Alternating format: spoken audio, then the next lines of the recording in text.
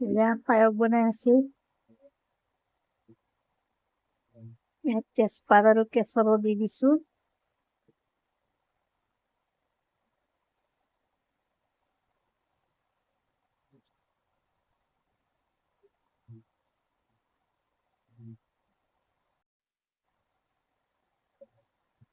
এয়া হ'ব আৰু গাঢ় হৈ আহিছে। মই কিন্তু পায়স বনালে খুব সঘনাই লাৰি থাকো। এজন মানুহে মোক কৈছিলে সঘনাই এনেদৰে লাৰি থাকিলে পায়সখিনিত টেষ্টটো বেছি হয় বোলে। কিমান দূৰ সত্য নাজানো।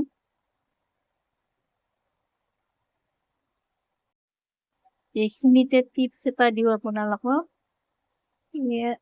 মই ঘৰত বনোৱা ঘি অকমান দি দিলো পায়সখিনিত। এই ঘিটো দিলে গাখীৰটো যে টানি যায় ঠাণ্ডা হলে ভাতৰ নিচিনা হৈ যায়, সেই বস্তুটো নহব। একদম যিখিনি গাখীৰ আছে সেইখিনি ধুনীয়াকৈ পায়সখিনি এনেকৈয়ে থাকিব। ঠাণ্ডা হলেও এইটো মানে ভাতৰ নিচিনা হৈ নাযায়, এনেকৈয়ে থাকিব। এয়া মোৰ পায়সখিনি হৈ গল। এতিয়া নমাই থম। দেখিছেনে ঘি দিয়াৰ কাৰণে ইয়াতে ইমান ধুনীয়া হৈ আছে।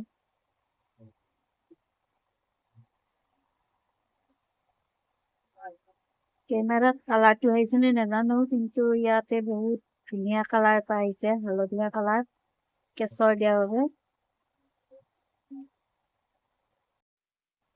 এয়া হৈ গল।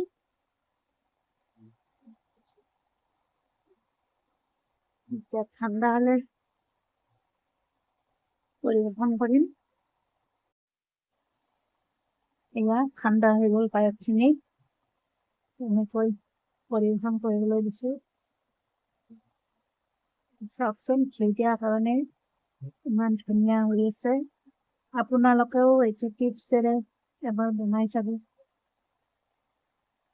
ঘিখিনি কিন্তু মাজতে নিদিব, একেবাৰে যেতিয়া নমাই থব তাৰ 2-3 মিনিট মান আগত দি দিব। ভিডিঅ'টো চোৱাৰ বাবে ধন্যবাদ। সকলোৱে কুশলে থাকক তাকেই কামনা কৰিলো। সকলোকে শিৱৰাত্ৰিৰ শুভেচ্ছা জনালো। ভোলা বাবাই সকলোৰে মংগল কৰক। শিৱ বাবাই সকলোৰে মংগল কৰক তাকেই কামনা কৰিলো।